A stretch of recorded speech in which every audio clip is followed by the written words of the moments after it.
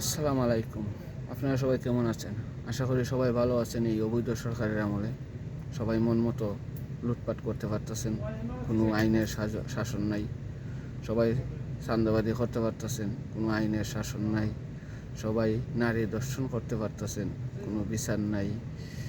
খুন গুম সব কিছু করতে পারতেছেন অনায়াসে, কোনো আইন নেই দেশে। হ্যাঁ, যে কারণে সবাই অত্যন্ত ভালো আছেন আশা করি।